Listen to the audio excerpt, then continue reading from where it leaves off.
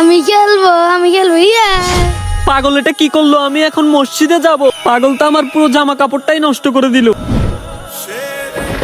আরে এখন তো আবার বৃষ্টি চলে আসলো, এখন আমি মসজিদে কিভাবে যাব? হে আল্লাহ, তুমি আমাকে মসজিদে যাওয়ার ব্যবস্থা করিয়ে দাও। এই ছেলে দাঁড়াও, তোমাদের এখানে মসজিদটা কোন দিকে?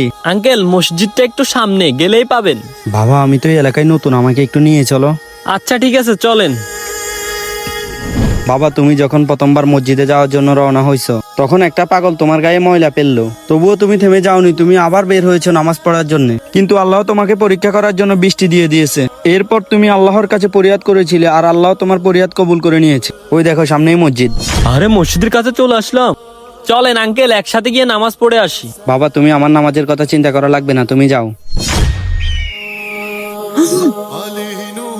তোমার হাতে যদি সময় থাকে তাহলে আল্লাহর নামটি কমেন্ট বক্সে সুন্দর করে লিখে যাও।